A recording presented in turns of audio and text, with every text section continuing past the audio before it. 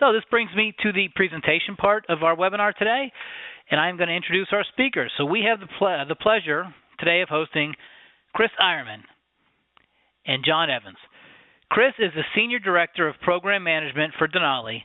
Chris leads DENALI client engagements to design, deliver, and continuously improve procurement and category management programs that deliver real, lasting value and creates permanent change in how our clients conduct procurement. He is a senior procurement and procurement management executive with over 25 years of technical and business experience, including 17 years leading a category management, strategic sourcing, and procurement transformation program. Chris holds a BS in mechanical engineering from Penn State, which makes him a Nittany Lion, an MS in aeronautics from MIT, and an MBA from Carnegie Mellon University. We also today have with us John Evans.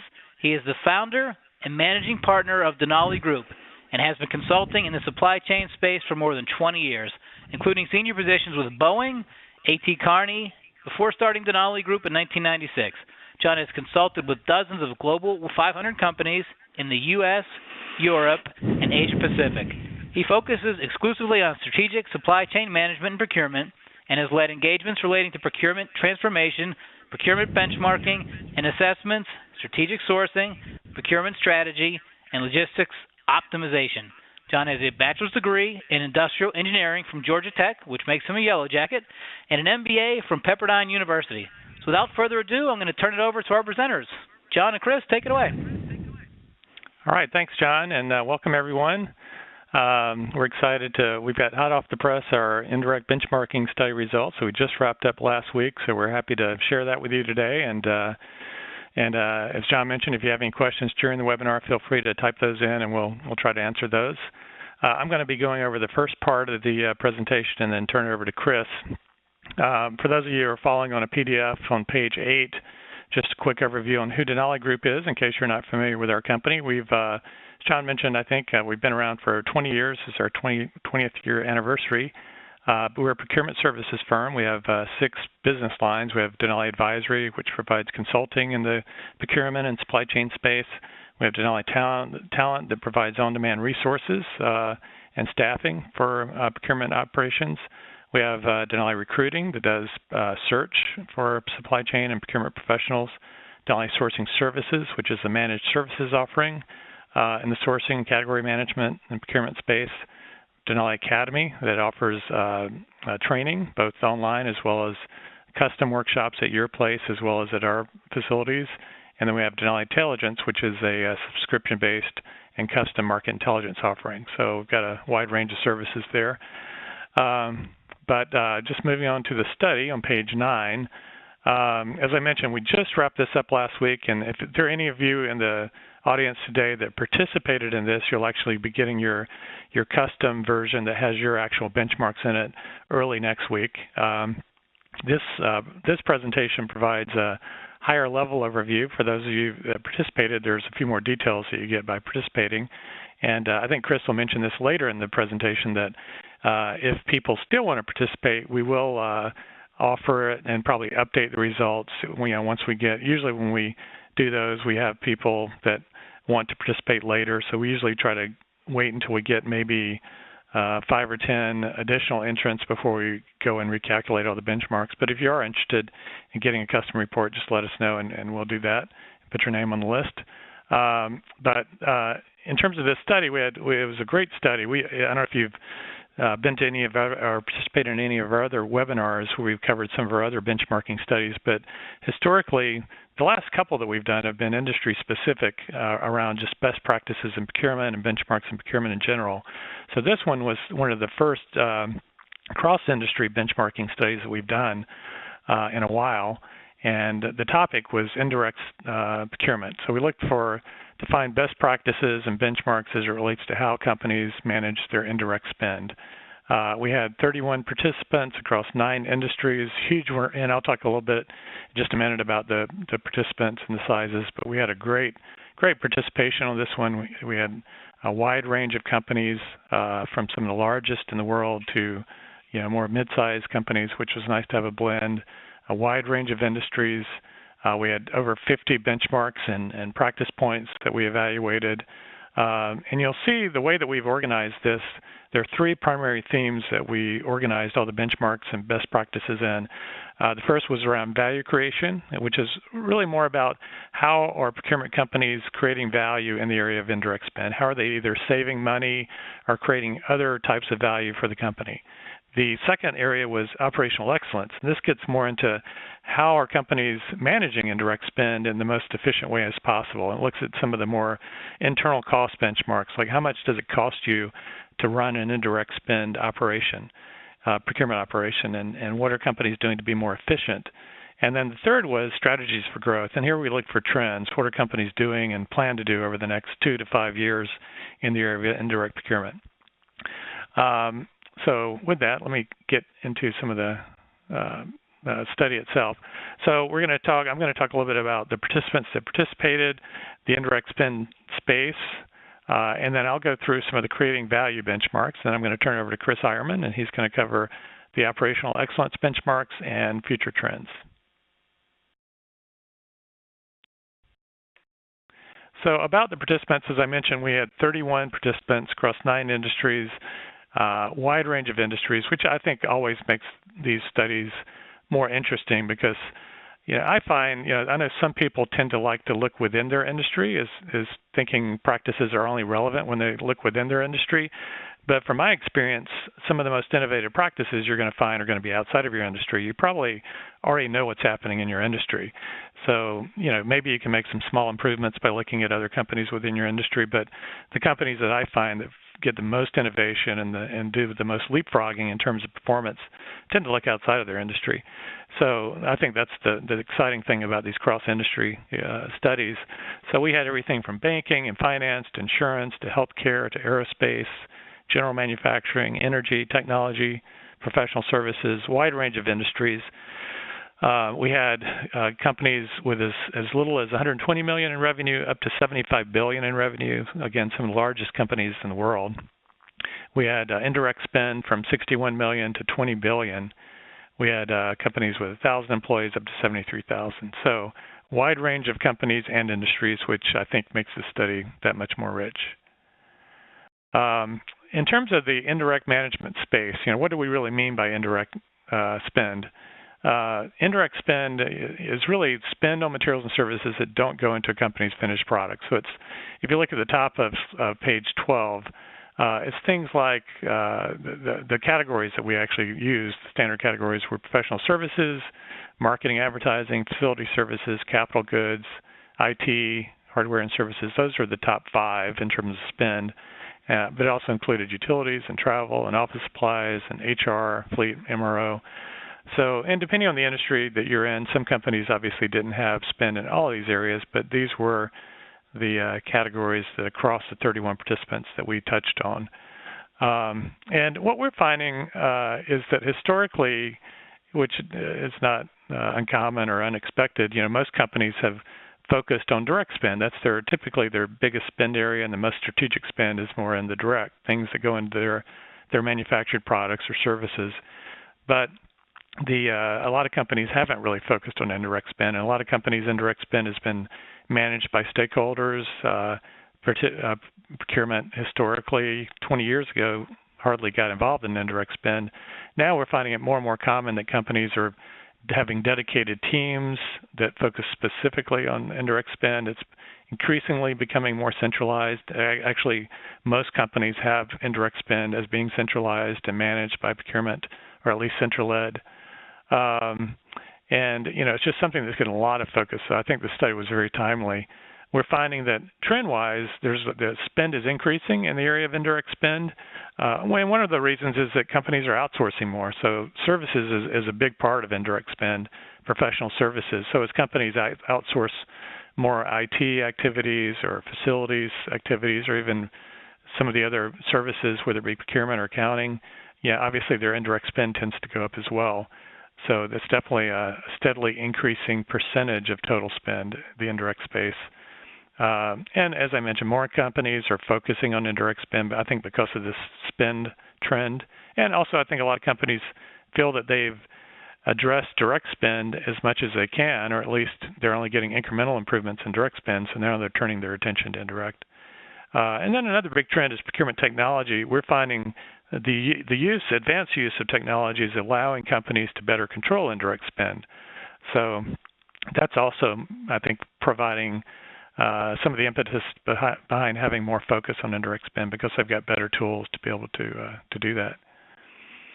Some of the key findings, as I mentioned earlier, the top 5 categories, which probably isn't so surprising, is IT, facilities, capital goods, professional services, and marketing and advertising.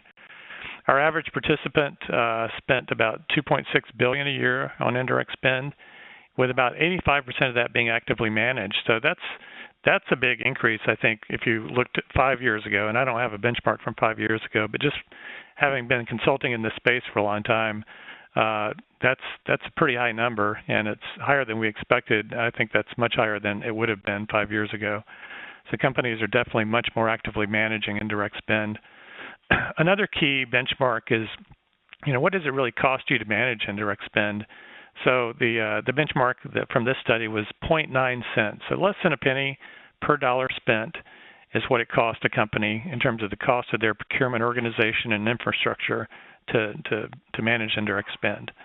So some people refer to that as the procurement tax. It's less than a cent though that it costs you to buy a dollar's worth of indirect materials and services. Some other key benchmarks, and we'll go through these in the study, but the average savings on indirect spend was 9% annually, which is a pretty strong number, and I think you've got to be actively managing a large percentage, which we found was 85% to be able to get 9%. And another key, I think one of the more important benchmarks, if there's one benchmark that I look at in all of these studies, is the return on procurement value. So if you look just at indirect spend, the participants that participated return on average 12.3 times their cost in savings or value each year. These were quantifiable returns, so it was primarily savings. So 12.3 times. So if your procurement organization cost $1 million a year, you were on average saving $12 million or $12.3 million a year, for example. So I think that's a really good benchmark to measure and to show your stakeholders and your company the value that you're playing in the procurement space. Then getting into some of the numbers, this shows of all the indirect categories that we talked about, just the distribution. I won't go through all of these, but it's a good reference point. I think it's interesting to look at and see how your spend profile measures up against these averages. So, as I talked already about the top categories, professional services, marketing, capital goods, utilities, and IT. And then getting into some of the creating value benchmarks now. One of the things we look at is just the contract compliance. So, what percent of your spend is compliant to contracts? If you've got contracts in place, what percent of the spend is actually being spent on those contracts? So the average was 74%, which I think is a pretty good number. So you've got 85% of the spend that's actively being managed, at least theoretically, by procurement. So procurement has responsibility for 85% of indirect spend. And then another benchmark that's related somewhat is of the contracts that you have in place, what percent compliant are those? And the low was 50, it was as high as 98, and the average was 74, which isn't a bad number. And then we talked also about the return on indirect procurement investment. That's 12.3 was the average. The high was 21, which is pretty incredible, I think.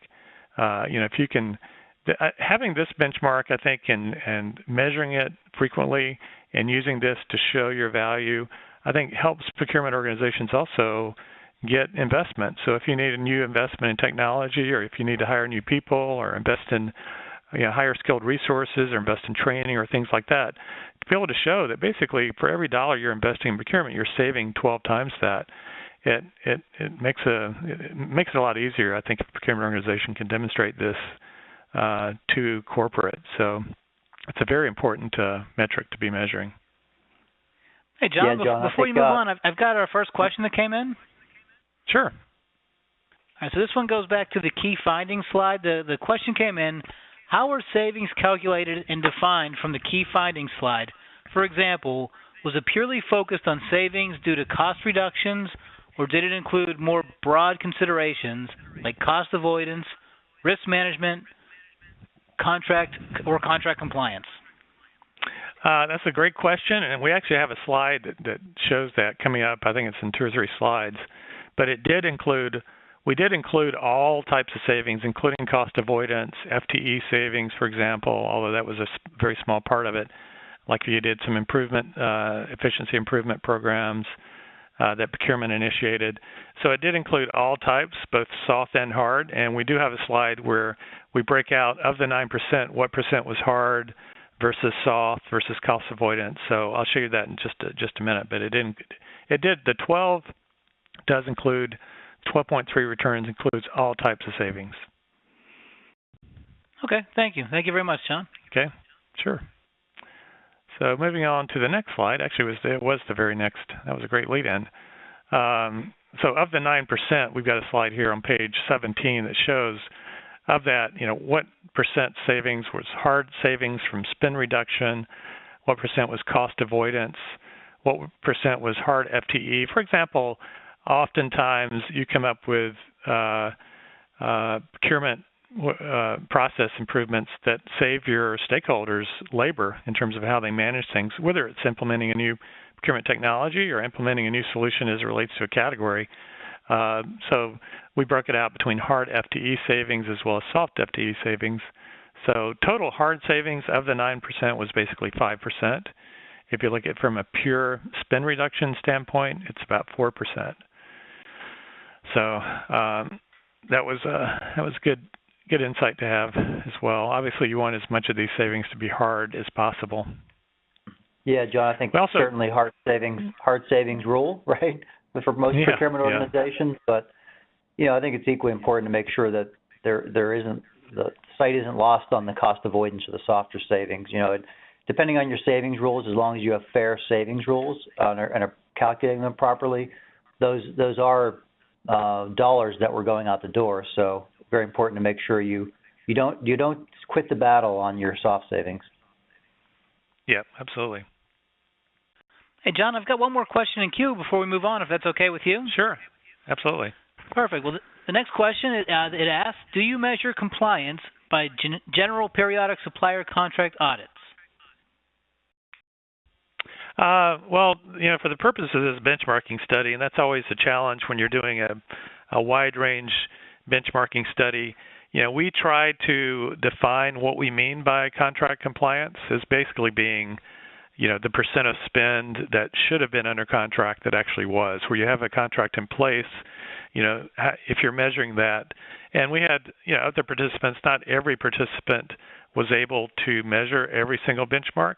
So we had varying numbers that participated in each of these benchmarks. But so to answer your question, we didn't actually go out and measure these. We had electronic surveys that these participants provided information on, and I would assume that some of them did that as a way to practice or to measure contract compliance, but we can't really guarantee how each person measured that.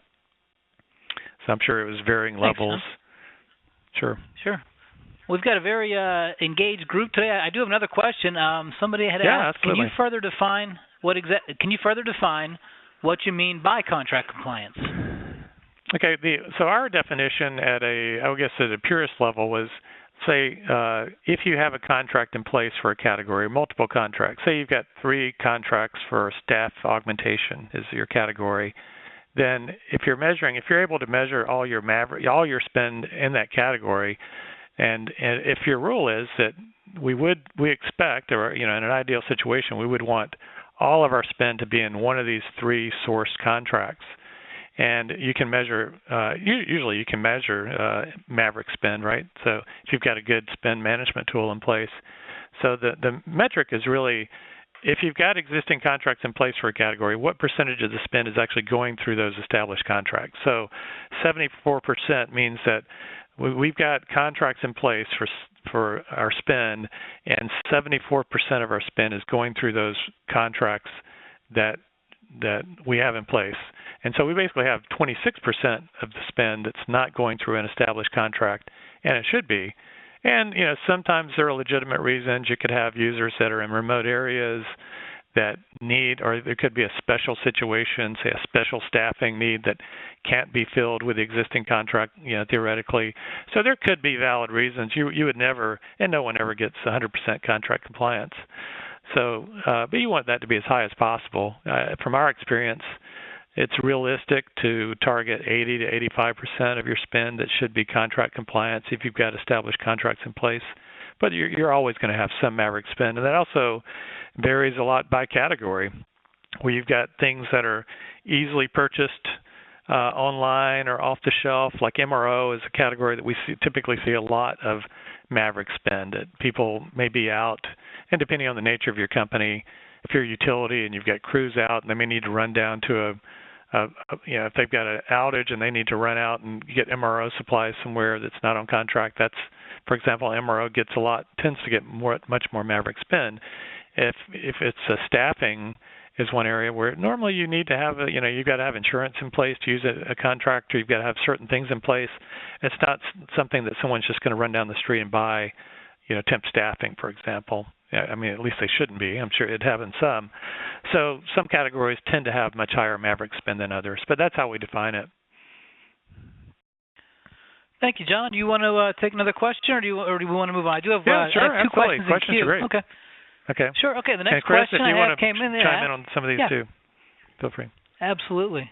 All right. The next question up: when calculating total indirect spend, do you include non-addressable spend such as union dues, utilities, etc.? We don't typically include non-addressable spend, although there are some utility costs, for example. I mean, utility was a category.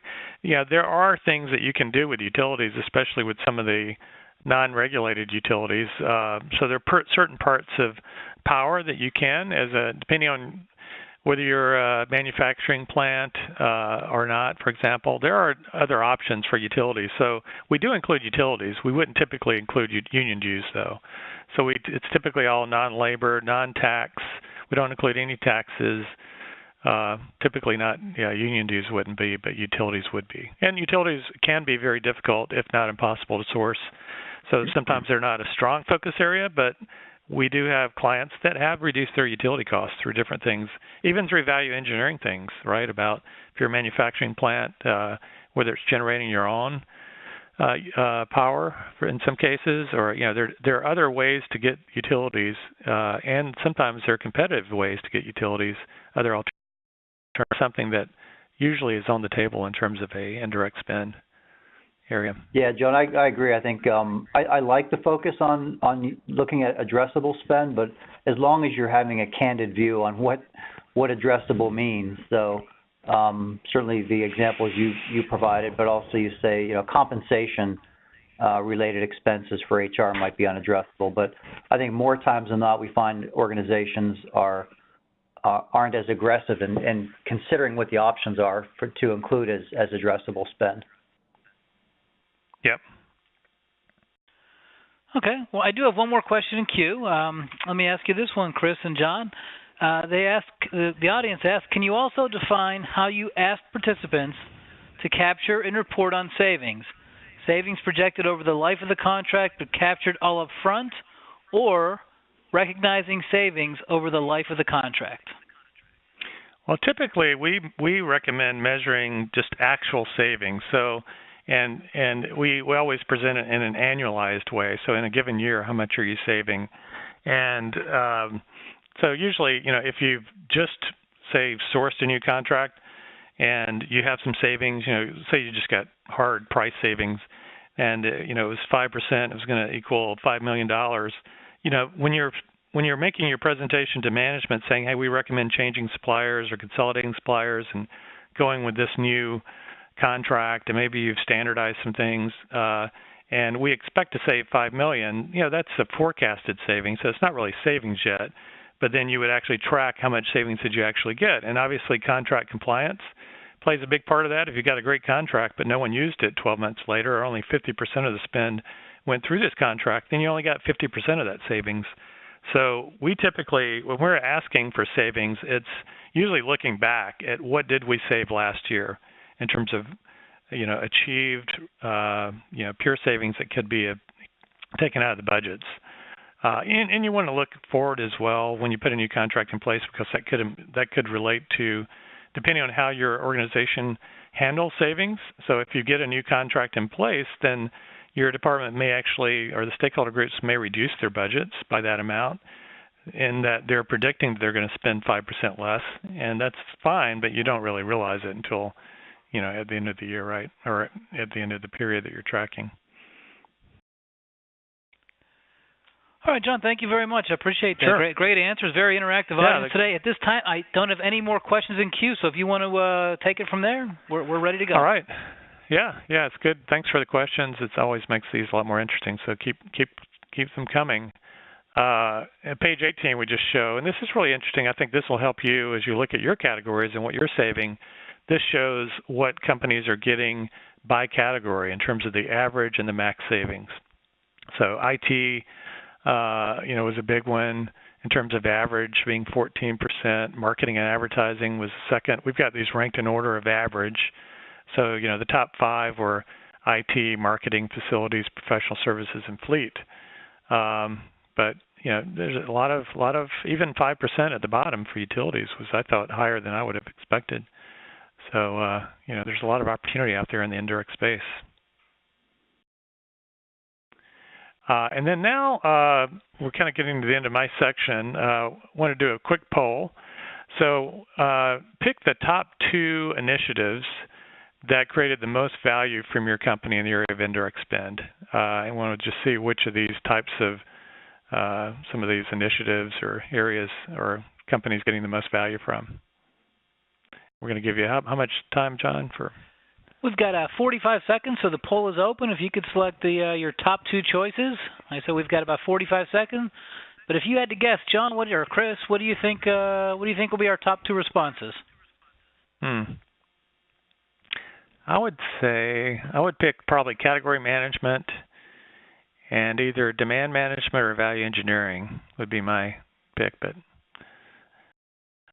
yeah, all good levers here. I'm kind of biased. I would say category management is certainly number 1. I think that if when done properly, when you're really truly developing multi-year category strategies, then it will embody all of the other levers that are appropriate for the category. So that's my bias. Yep. So we're leaning towards A. Well, let's see. We just about finished the poll. We should have the results up here soon. We're loading up.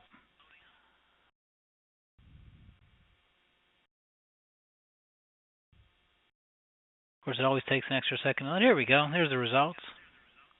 Yep, category management. Spot on. And then I guess supplier. Can't read the supplier consolidation was number 2, and then demand management. Okay, good, interesting. Well, I'll show you what was from the study. So category management was the top in the study as well, 89% supplier consolidation. And as Chris mentioned, these aren't mutually exclusive. I mean, most people would say, category management includes a lot of these other things, most of these other things. But we had some free-form text in some of the responses, and we just got a lot of different areas. But it gives you a good flavor of the types of things companies are doing in the indirect space. Certainly a lot of supplier consolidation and demand management, total cost modeling for sourcing projects, standardization, value engineering, artificial intelligence. Some of these using remanufactured, refurbished parts were possible. So a lot of different areas, I think, could give you some good ideas of things to do in your own organization. Yeah, John, one of the things we've started to see in the area of innovation, you talked about the use of AI, is that's certainly an area that's starting to creep in. Everybody's hearing that, but as it applies to procurement, using machine learning, artificial intelligence to address things like your contract data, contract mining, as well as or energy forecasting. So we've seen some really interesting, innovative solutions out there. Yeah. All right. Well, I'm going to turn it over to Chris. And again, if you got any questions, keep them coming. Chris is going to start out with the operational excellence benchmark section. Hey, John and Chris, I do have one other question I didn't get to. If you guys want to answer that before we move on, is that okay? Sure. Yeah, absolutely. All right. This one just came in about a minute ago. Since indirect is not forecasted or very predictable, how can one look back to decipher realized savings other than year over year hitting a goal? Well, we recommend that every companies put in place category-specific metrics, and some categories are pretty easy. I mean, especially if you're using technology and you can track your spend very effectively. So, for example, if you take something super simple like office products, where you've got, the prices you paid before you sourced a category, and you put in a new contract, for example, and you're looking back to see how much you actually saved on this new contract. It's pretty easy to say, we paid a lower price, or you have a market basket. A lot of companies, for something like MRO or office products, they'll use a market basket approach to tracking savings. And so they take, the top 50 items that were 90% of their spend, and they'll look at price paid last year and price paid this year, and then they'll combine that with contract compliance. And, if you have contract compliance, last price paid and new price paid, that basically tells you in a very, I think, definitive way what you saved. Some other categories are more difficult, like facility services. We've got maintenance, and they're more project-based expenditures. And for those, we recommend, I would say, unit-based metrics. So you might track, for example, maintenance cost per square foot, average facilities maintenance cost per square foot, and you may do it for different types of buildings, whether it's office space or manufacturing environment or different types. And so you might have 3 or 4 different types. And if you put a new practice in place, whether it's you've resourced it or whether you're doing some things differently with your existing suppliers to try to be more efficient, maybe you allow them to do janitorial at night instead of during the day, or during the day instead of night, or things like that allow cost savings, then you can track, did our average maintenance cost per square foot go down last year? If you look at all the costs we spent on maintenance or all total square footage versus previous year. And that if you do it correctly, it gives you a very definitive view of whether your new practices and contracts saved money in that area. So it all depends on the category. Again, some you use market baskets, some you use unit-based metrics. Some are more difficult than others, but definitely I think each category you basically put in place a cost tracking or savings tracking strategy and metric, and use that. Thank you, John. I appreciate that. At this point, I don't have any more questions in queue. So if we want to pass it along to Chris, thank you for answering all the questions. Thank you. We've got a very, very good audience today. Very active. Keep them coming, guys. Good. We'll move on here to some of the operational excellence benchmarks. So the first area here on technology adoption, this chart's pretty interesting. If you look at the colors, the blue kind of currently in place with companies, the orange kind of planned in the near term. So clearly stepping back, you see pretty well adopted from a technology standpoint. On the left side there, sourcing, spend analytics, even contract management, 100% of respondents either have it adopted or plan to.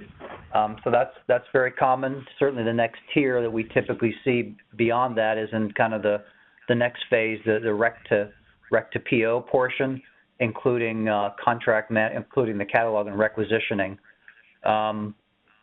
Supplier management, we see, certainly a lot of opportunity and promise with companies, and there's some very good solutions out there around supplier management, supplier information management, but still find that there's a lot of just very different thoughts about how companies approach supplier management, what their focus is, performance management versus relationship management, information management. So certainly an area we would expect to grow going forward. And invoice management, great opportunity there, thinking about your categories more holistically and catching that through the invoice cycle, ideally automating that to set yourself up to create working capital opportunities is very powerful. But overall, certainly we would always advocate to lead, especially if you're kind of new in the indirect space and with regard to your technology, is to kind of first focus on your process and skills and strategies and kind of let your technology support that. Okay. The next slide here gets into the percentage of spend controlled. So John showed that metric on aggregate. I think that was 85%. This breaks it now by the main category areas that we looked at. And, John, similar to your comment, I think these numbers are pretty good, pretty high on aggregate as an average across respondents. If you look at how organizations approach the categories, it makes sense in terms of where the focus tends to be: IT, facilities, general supplies, services, et cetera. I also would expect, and I think we saw this in the data, that there is still a pretty high range of percentages that we would see across these categories, depending on where a company is in their adoption and kind of their indirect spend areas.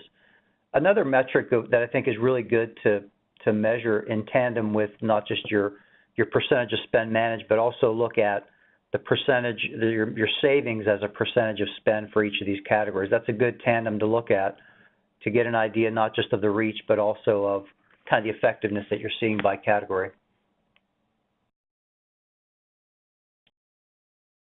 Okay, the next slide we get into some of the metrics around supplier management.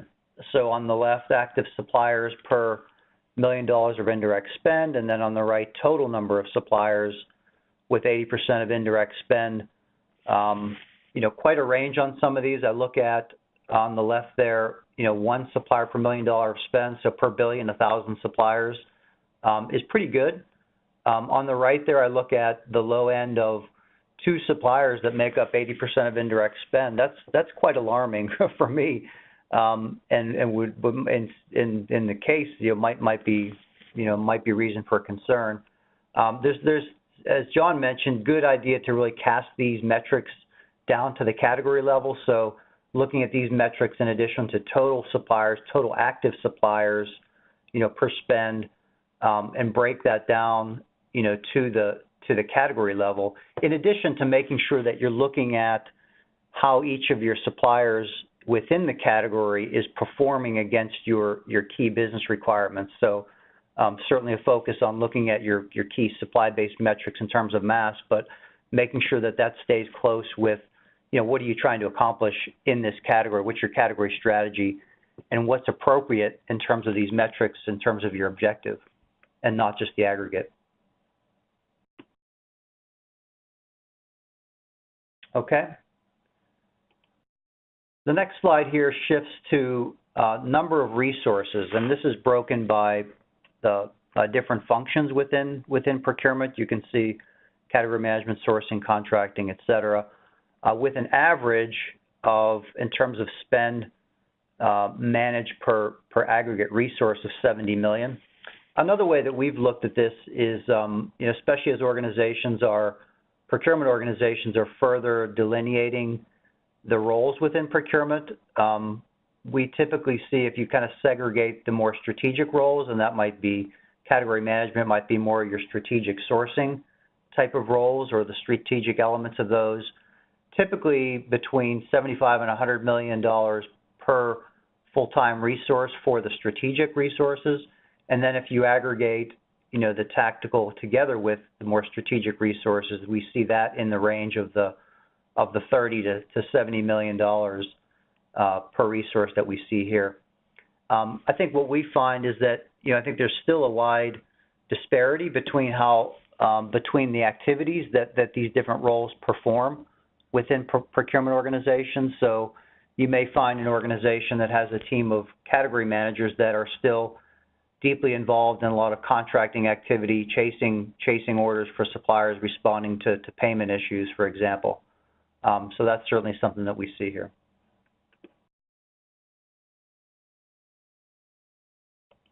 Okay, moving on to the next slide here, procurement cost metrics. So 2 very, very different metrics. So here at the PO level, very low level metric on cost to process a purchase order. And then on the right, a very high level metric on total procurement cost as a % of the total indirect spend. I like the metrics on the right, and John had talked about that in terms of the average procurement cost, less than a penny per dollar of spend managed for procurement cost. It's also good to couple this metric to look at the other metric that we showed in terms of the return on your savings per indirect procurement investment, and that was the 12.3 average, if you remember that, so the 5.5 to 21% range in terms of return on investment. Interestingly enough, we didn't see a correlation between the investment, so here your procurement cost, versus the return on that investment. So you can't say that, hey, on the high end here, an organization is spending almost 2% on procurement. We didn't necessarily see a correlation that says they're also returning a higher amount of savings. So I thought that was an interesting result. On the other end, in terms of cost to process a purchase order, and the way we defined this was tried to make it more of the direct cost. There's a lot of things that can factor into this, but I think our guidance was to try to make it more on the direct cost to process a purchase order. In my experience, we do see this very, very greatly within organizations, depending on your processes and other cost elements that you want to include in this. So I think with all these metrics, and particularly things like cost per PO, very important to establish your own baseline. The industry benchmarks are very good, but you got to make sure what's appropriate for your organization, and then use that as the basis to drive your continuous improvement.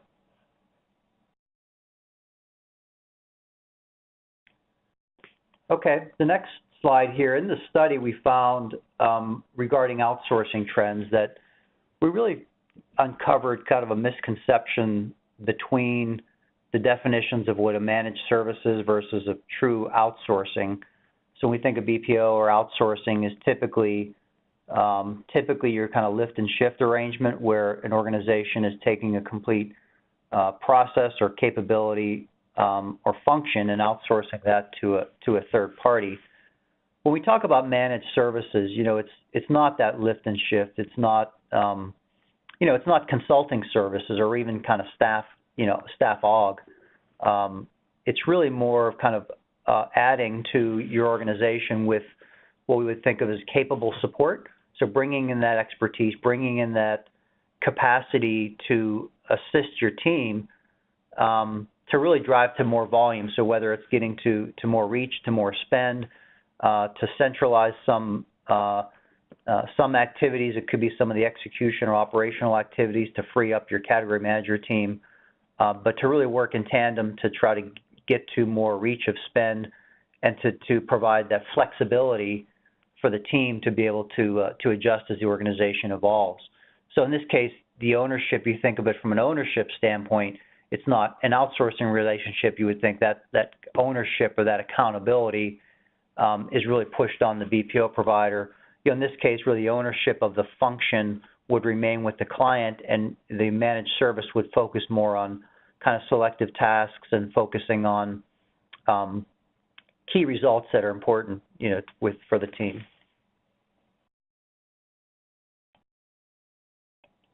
Okay, so with that, I think we have our next polling question. And I'll read this here and then give you a chance to respond. So what are the top 2 initiatives that have created the most efficiency for your indirect procurement group?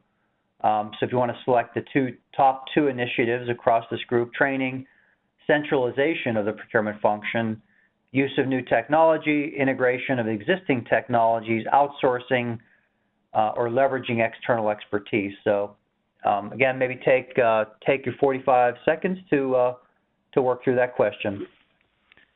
And Chris, while people are responding, do you mind if I interject with a question? So because I have a couple in queue and I don't want to interrupt you too much, but you want to take a question while people are submitting their answers? Absolutely.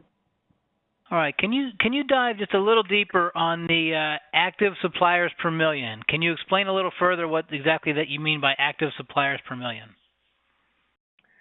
Yeah, we tried to draw that delineation between active suppliers and just suppliers in your database. So typically we would define an active supplier as that which you're actually spending against in the period that you're looking at. So as John mentioned, we kind of typically would look at an annualized basis. So an active supplier would be one that you spent with over the period that you're looking at. You may have other suppliers under contract. You may have other suppliers that you worked with in the past that you may want to work again with in the future.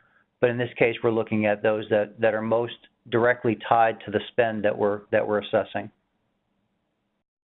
Okay, thank you. Thank you very much. All right, let's get our poll results here, and there they are. Yeah, so we see, so top responses here, centralization of procurement function. That's certainly common.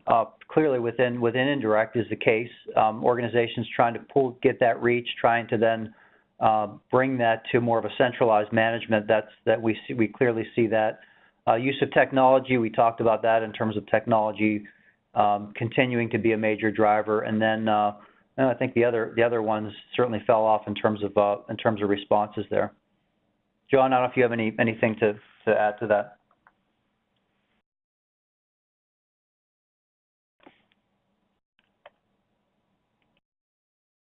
Sorry, I was muted. Yeah, I didn't have anything else to add to that, Chris. I thought that was spot on.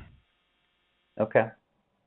All right, let's move on. We got a few minutes left here. I want to hit just a couple minutes on the next section, kind of future growth plans. So this is looking forward, some of the metrics that we've captured from the participants regarding what they expect going forward.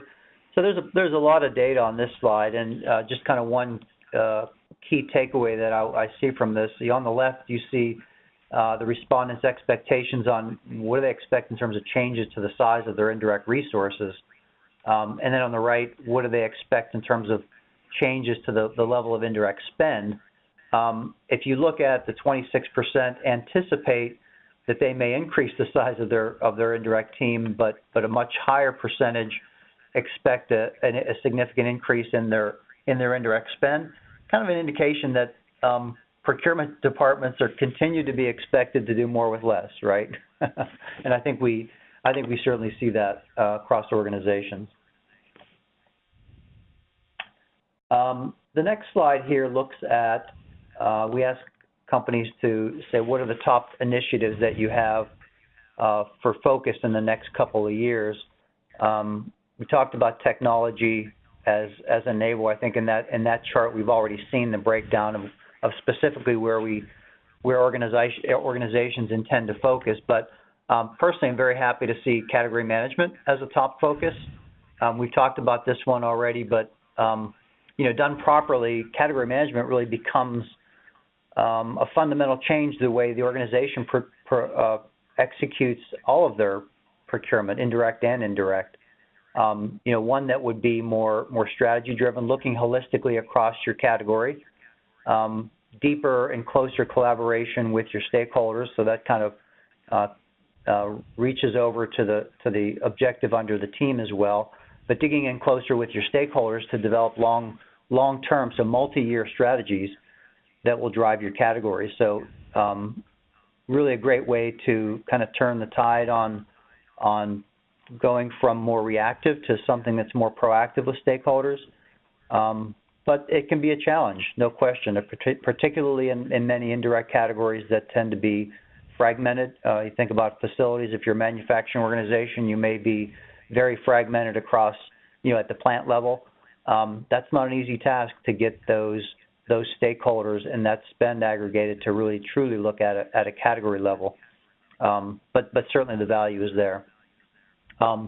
People talked about in the last polling question, centralized procurement function there under team as an area of focus. We certainly see that across many organizations trying to centralize their procurement function as well as how they approach the categories, as I mentioned. So some good planned initiatives across organizations. Very quickly here, just on the top 3 challenges. I think someone already asked about demand management. Gosh, that's always a challenge for indirect. We talked about some of the fragmented areas in terms of getting forward visibility. John talked about some great levers and approaches when looking at how do you capture savings and how do you look at it from a results standpoint.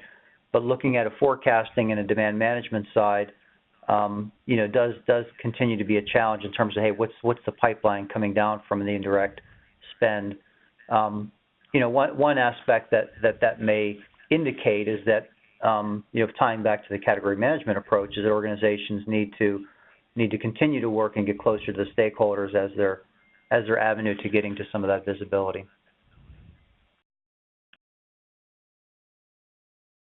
So with that, I'm going to kind of wrap up here with a few comments and see if we leave a little bit of time for some remaining questions.